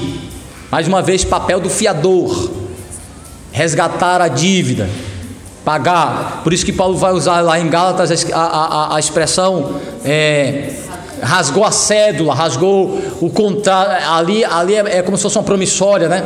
Rasgou a promissória que confirmava a dívida. O fiador ele não só garantiu o pagamento, mas ele pagou. Porque hoje o papel de fiador é só garantir, pedindo a Deus que o indivíduo pague. A gente não é fiador como Cristo, não. Eu não sou fiador como Cristo, não. Porque se alguém pedir assim: pastor, seja o meu fiador na compra de uma casa, eu vou orar todo dia, meu Deus, faz com que esse indivíduo nunca perca o emprego, aumenta o salário dele, faz com que ele vá para um trabalho melhor, seja promovido, ganhe mais e pague essas parcelas, antecipando elas para acabar logo. E se ele começar a falhar, eu começo a fazer a oração imprecatória: Senhor, manda teu juízo, tua disciplina, faz com que esse indivíduo lembre que ele está em dívida, em pecado, que ele precisa ter misericórdia da gente. E se não, Senhor, manda algo pesado para que ele possa ser disciplinado. Mas Jesus não é esse tipo de fiador. Jesus não garante, Jesus não é o garantidor esperando que a gente pague. Está entendendo aí que é um fiador diferente? Jesus não é um fiador de garantidor de nome, que a gente garante o nome e os méritos que a gente tem, esperando que nunca precise ser usado. Mas Jesus não é assim. Jesus é um garantidor de que tem crédito para pagar no lugar de quem não pode pagar. Está entendendo aí? Ele não só dá a palavra ele paga mesmo, ele desembolsa, ele tira do bolso. Que este que não pode pagar, eu pago no lugar dele. Então, por isso que ele é o resgatador. Daí um outro sermão bom para você, viu, cara? Ruth e Boaz. Boaz é o que de Ruth? É a figura de Cristo, é o resgatador. Ruth havia perdido tudo, mas tinha uma ligação, uma questão ligada à lei de resgate das posses, ligada à sua condição anterior. Então ele vem como parte da família de Noemi, né? De Noemi, e se torna um resgatador. Aí ele é o resgatador financeiro, é o resgatador moral, é o resgatador em todos os sentidos, prefigurando Cristo. Cristo aí, naquele sentido lá, Boaz representa o aspecto legal disso, porque ele, diante da lei de Deus, ele é o resgatador da condição social e financeira de Ruth, porque ela volta a ter acesso a toda aquela herança, né, que ela tinha perdida, né, não é isso? Resgata tudo aqui. Então, essa ideia de resgatador, que não é perdemos toda aquela condição que tínhamos com Deus, toda aquela relação e bênçãos com Deus. Cristo nos resgata de volta ao Éden, tendo mais do que o Éden.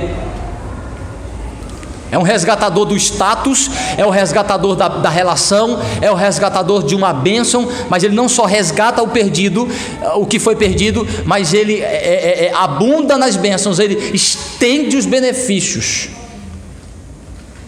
Então, aí a ideia de resgatador. Havia uma dívida, que esta dívida me fez empobrecer. Todos os aspectos. Cristo, então, é o resgatador. É o resgatador da relação com Deus, do status legal com Deus e da bênção. Está vendo que entender a justificação pela fé é crucial? Então, aí... Senão a gente vai falar de méritos aqui totalmente sem sentido, de moralidade fora de base de justiça, de retidão, de lei. Então vamos lá. Hebreus 7, 22, que aí é o texto claro do fiador. Alguém leia. Por isso mesmo Jesus se tornou fiador superior a nós. Ele vai dizer que todos os outros fiadores da antiga aliança não eram verdadeiros fiadores. Cristo é o verdadeiro fiador. Por quê? Ele vai falar dos sacerdotes que apesar de cumprir com sua missão, não tinham mérito para ser fiador verdadeiro, porque não tinha justiça, não tinha retidão neles, não tinha santidade neles, eles não tinham crédito, não podiam ser verdadeiros fiadores do povo de Deus. Cristo não, é o verdadeiro fiador porque tem crédito, tem justiça, tem retidão, tem poder, tem capacidade. Então, para ser o verdadeiro fiador.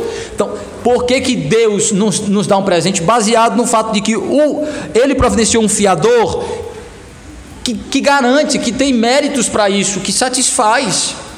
Por isso que não pode ser fora de Cristo, porque nenhum outro tem capacidade de ser fiador de pecador.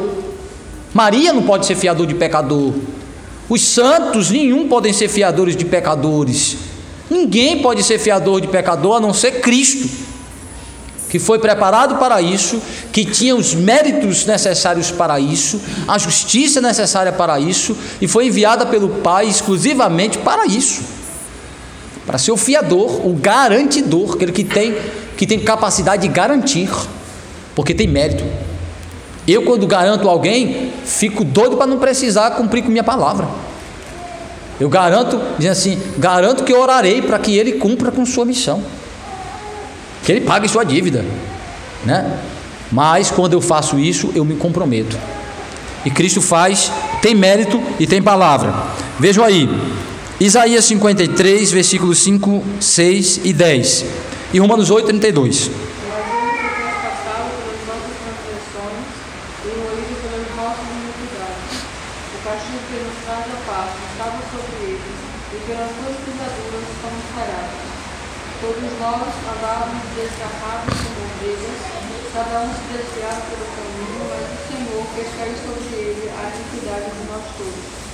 Todavia, ao Senhor agradou Moedo, fazendo-o enfermar. Quando der ele a sua alma completa pelo pecado, verá a sua prosperidade, e prolongará os seus dias, e a vontade do Senhor prosperará na sua vida. Vocês prestaram atenção numa coisa nesse texto? Isaías está descrevendo o sofrimento do Messias como um sofrimento redentor, substituto, sacrificial. Ele vai sofrer para redimir pecadores. Ele vai sofrer para libertar pecadores da dívida. Mas quem está levando ele a fazer isso? Quem está conduzindo ele a isso? Quem está produzindo esse sofrimento nele e quem tem a intenção de que ele faça isso? É o próprio Deus. Ele diz assim: Deus o fez enfermar, ao Senhor agradou moê-lo, para que quando ele dê a sua vida em resgate do mundo, faça prosperar a vontade do seu Pai, de Deus, em suas mãos. Ou seja, quem enviou Jesus, quem mandou Jesus, quem planejou todo o sofrimento de Cristo, como é que ele iria pagar, por que meio ele iria pagar e satisfazer a justiça de Deus, foi o próprio Deus. Ao Senhor, a obra, ele diz assim, vai prosperar o plano de Deus na obra do Filho. Qual é o plano de Deus? Redimir pecadores, satisfazer a sua própria justiça, pagando, providenciando pagador da dívida do pecador, Cristo. Então ele vai dizer assim: quem é que moeu ele? Quem é que o fez enfermar? Quem entregou para sofrer? Quem produziu o maior sofrimento dele? Os homens produziram sofrimento em Cristo, mas o maior sofrimento produzido em Cristo veio da parte do próprio Pai.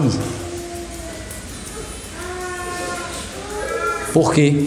Porque Cristo toma o cálice da ira divina, do juízo divino, por ele estar tomando lugar de pecadores que merecem ir para o inferno. Daí ele dizer assim: Pai, se possível, passa este cálice. As pessoas pensam que o cálice que Cristo está falando se refere necessariamente a todo aquele sofrimento que ele está para receber ali, humano. Não. O verdadeiro cálice que Cristo toma é o da ira de Deus. É quando ele é tratado como nosso substituto e Deus o trata como pecador e derrama sobre ele a ira de inferno.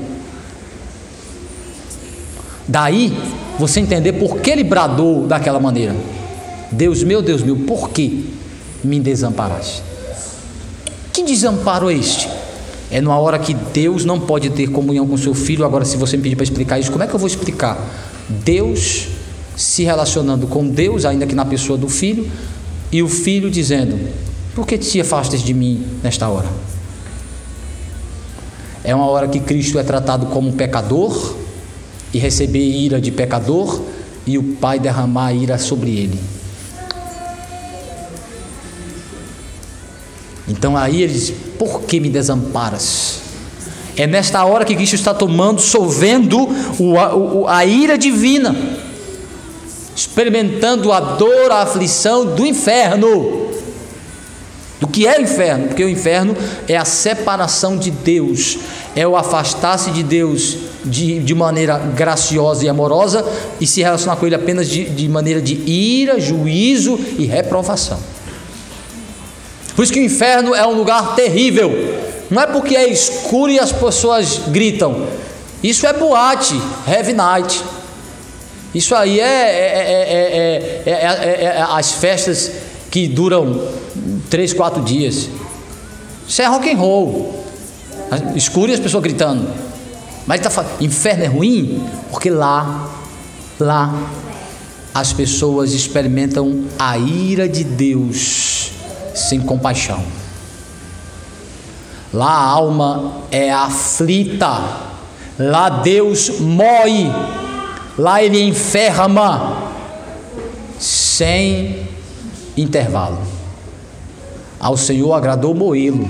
Mas moê-lo para quê?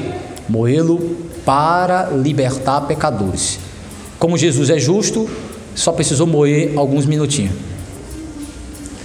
Como o ímpio é injusto, vai moer eternamente, enfermar a alma eternamente. Por isso que Jesus descreveu o inferno, lugar onde há ranger de dentes, choro, o bicho não morre, não tem intervalo.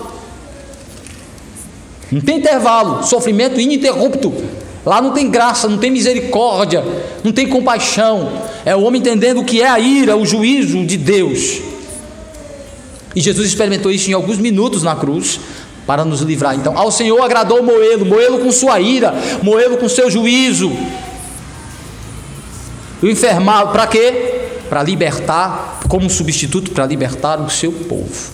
Então Deus viu a obra das suas, a sua obra prosperar nas suas mãos. Tem um fiador que tinha capacidade, crédito, condições. Por isso que Deus pode dar este presente completo para nós, esta graça fechada e completa para nós, porque o fiador tinha mérito para garantir. Entendeu? Que não ficou uma parte para a gente fazer. Nossa santificação não é uma parte que a gente faz, que a gente vai ver melhor isso aí depois quando a gente tiver a santificação. Nossas obras não é uma parte que a gente faz. Nossas obras é a evidência do que a gente se tornou em Cristo, a expressão de nossa gratidão. Não é a gente ainda conquistando salvação, não é a gente indo em busca de garantir alguma coisa para nós. Porque se eu acho que eu tenho que fazer alguma coisa para garantir, eu estou desmerecendo o garantidor, o fiador, dizendo que ele não tinha esses méritos todos que a Bíblia diz que ele tinha. Não está dizendo que Cristo fez uma parte, que Cristo garantiu uma parte, não. Ele é fiador completo, garantidor, para resgatar. Ele resgatou. Dívida paga, completa. Então vejam aí, Romanos 8, 32. Então foi Deus quem providenciou esse fiador, porque ele tem o crédito, o mérito para garantir. Romanos 8, 32. Aquele que não poupou seu próprio filho, antes por todos nós o entregou, porventura não nos dará graciosamente com ele todas as coisas? Olha os efeitos práticos da justificação pela fé. Ele diz assim: se Deus não poupou seu filho, entregando ele para ser o garantidor, o fiador de pecadores, se ele deu aquilo que é maior, o maior de tudo é dar o seu filho justo como fiador de pecadores. Se Deus garantiu para você um fiador que tira todos os seus deméritos, toda a sua dívida para com Deus, como é que você fica esperneando quando está passando fome, necessidade, está diante da doença, fica clamando, fica murmurando, reclamando porque Deus lhe dá algumas privações na vida, se ele deu seu filho em resgate de você, miserável pecador, para pagar uma dívida impossível? E outras palavras podem dizer assim: é justo você ficar reclamando alguma coisa de Deus? É justo você ficar murmurando ou duvidando de que Deus tem graça suficiente, providência suficiente para suprir a sua necessidade, e que o que Ele está garantindo para você naquela hora é suficiente para você ser alegre e grato? É isso que Paulo está dizendo. Se Ele não poupou Cristo, colocando ele na cruz, então está dizendo que foi ele que fez isso, ele que garantiu, foi ele que deu o fiador, foi ele que providenciou o fiador, mas não fez de maneira arbitrária, pegando Jesus, que a gente seria injustiça. Venha meu filho, Jesus, eu não quero ir, igual aquele filme que a Globo gosta de passar, um Jesus meio atabalhoado, Jesus meio meninado. Aí Jesus tem uma crise de identidade nesse filme, ele não sabe de fato qual é não é acusação não, eu já assisti esse filme algumas vezes, para ver até o final, e é isso mesmo. Aí Jesus, ele tem uma crise de identidade, esse Jesus aí do filme que a Globo gosta de passar, parou de passar esses dias, mas é um Jesus meio meninão, gosta de brincar com os discípulos, correndo atrás dos discípulos, jogando água nos discípulos, brincando de amarelinho com os discípulos. Aí ele tem uma crise de identidade. Por quê? Esse Jesus desse filme, ele tem um flerte com Maria Madalena, que é baseado em uma heresia, em uma corrente herética aí de que Jesus tinha um flerte com Maria Madalena. O diabo deve ter inspirado alguém para isso aí. Aí no filme eles dão a entender que Maria Madalena está flertando com Jesus, e Jesus está em dúvida se ele vai para a cruz ou se ele vai para a cama, se ele vai para a cruz ou se ele vai para a cama. É sério mesmo, nesse filme é sério. Quem tira ele disso aí, dissuade dele, é José, o pai adotivo dele. José diz: meu filho, você é o Messias, você veio para ser o Salvador, deixa essa mulher para lá. Aí Jesus se firma e vai para a cruz. Meu irmão, é uma blasfêmia tamanha.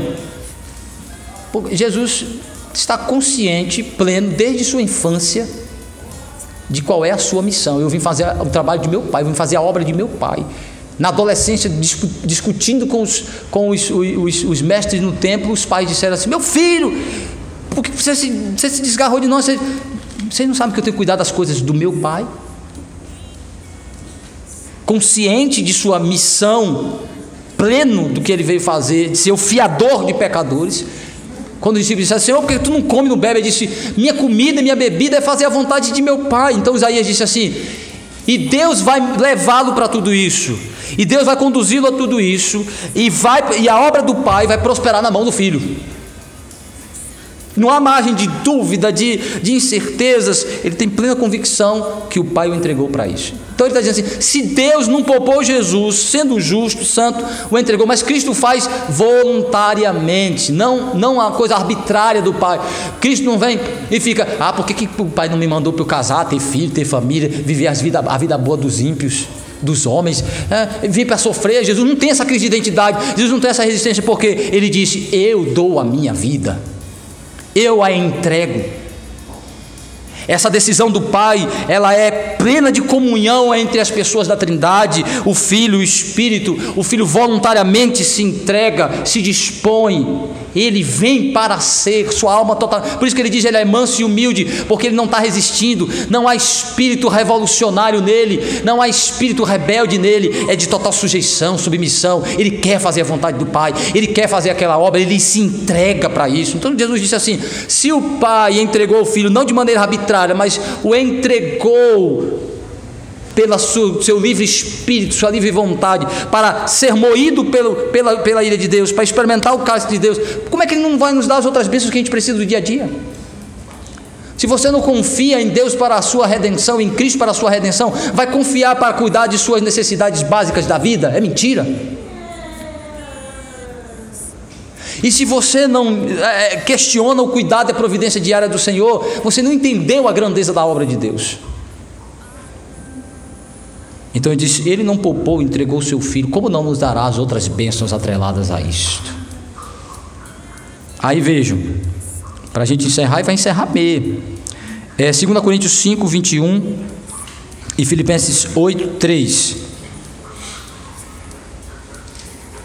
Então diz assim: ele próprio proveu um fiador, imputando-lhes a justiça, e não exigindo deles nada para a sua justificação, senão a fé, a qual também é dom de Deus. Essa última parte a gente deixa para a semana que vem, porque vai associar às outras perguntas que está falando sobre o que é esta fé. Qual é a natureza desta fé justificadora?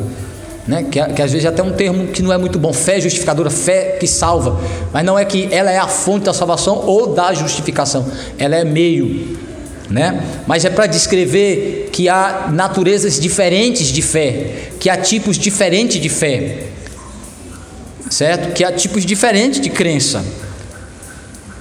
Vamos lá, sim? 2 Coríntios 5, 21 e Filipenses 2, 3, 8 e 9. Quem achou ler? 2 Coríntios 5, 21. Aquele que não conheceu pecado, ele fez pecado para que ele fosse nos feitos justiça de Deus. Aquele que não tinha pecado se fez. Essa ideia de se fazer é tomar o lugar de. Como ele toma o lugar de, a dívida é imputada, é colocada sobre, é creditada sobre.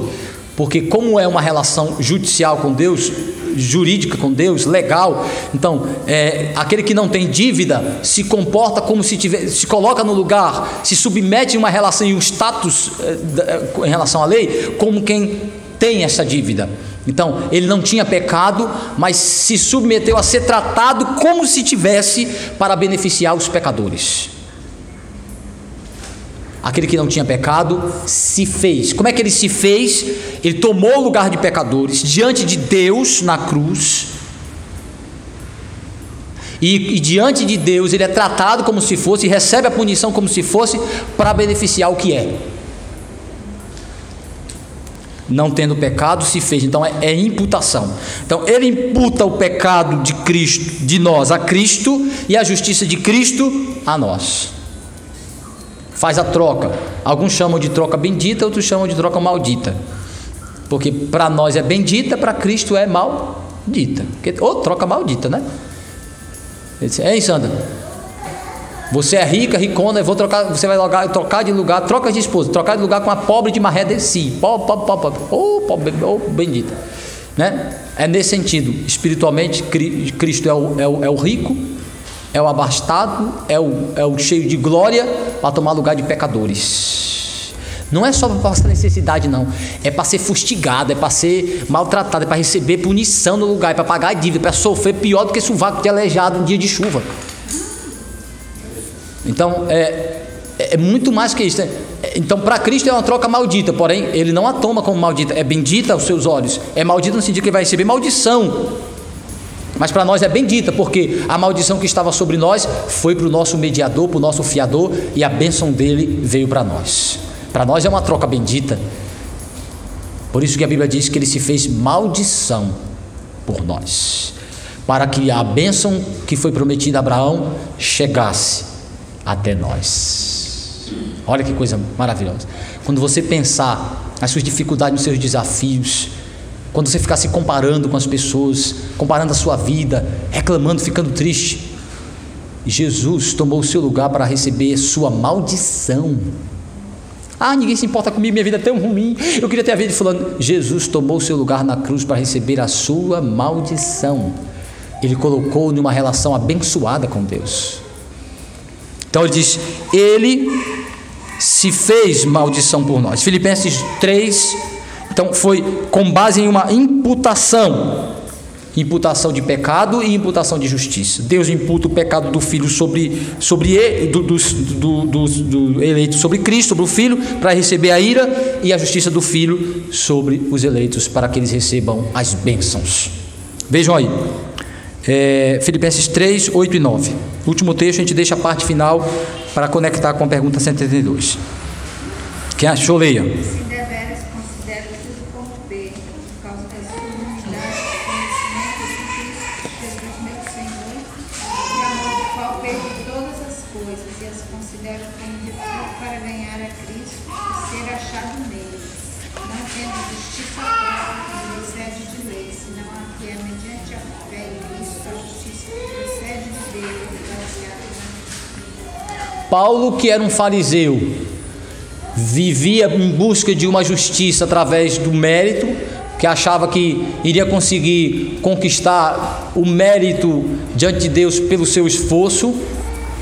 Aí ele cita uma lista de privilégios como um homem, como um judeu. Ele diz assim: eu sou judeu de origem, fariseu de religião, de prática, zeloso, homem que acreditava que poderia conquistar a minha justiça, a minha salvação, meus méritos pelo esforço. Ele diz: quando eu conheci a Cristo, quando eu entendi que Cristo é a justiça de Deus providenciada para mim, quando eu entendi que Cristo é a minha verdadeira fonte de bênção, tudo aquilo que eu considerava meritório, eu passei a reconhecer como lixo, nada comparado a Cristo. A sublimidade de Cristo, a supremacia de Cristo, para ter uma justiça que vem dele, que é dada a mim, não uma que vem de mim mesmo, pelo meu esforço. Isso é justificação pela fé. Quando eu entendi a sublimidade de Cristo, abri mão de minha justiça própria, de meus méritos, de minha obra, de meu esforço, de achar que eu tinha algum mérito, e então abracei totalmente a Cristo, entendendo que Ele é a justiça de Deus dada a mim, imputada a mim. Pronto. Não preciso de mais nada para ser aceito por Deus. Então, pela imputação da justiça de Cristo, somos justificados. Semana que vem a gente continua, meus irmãos, vendo a parte final aí e as perguntas 72 e 73, mostrando que Deus não exige mais nada de nós a não ser a fé em Cristo, mas é uma fé verdadeira que Ele mesmo dá para a gente. Até o que Ele exige, Ele dá. Que Ele, pois, nos abençoe. Amém.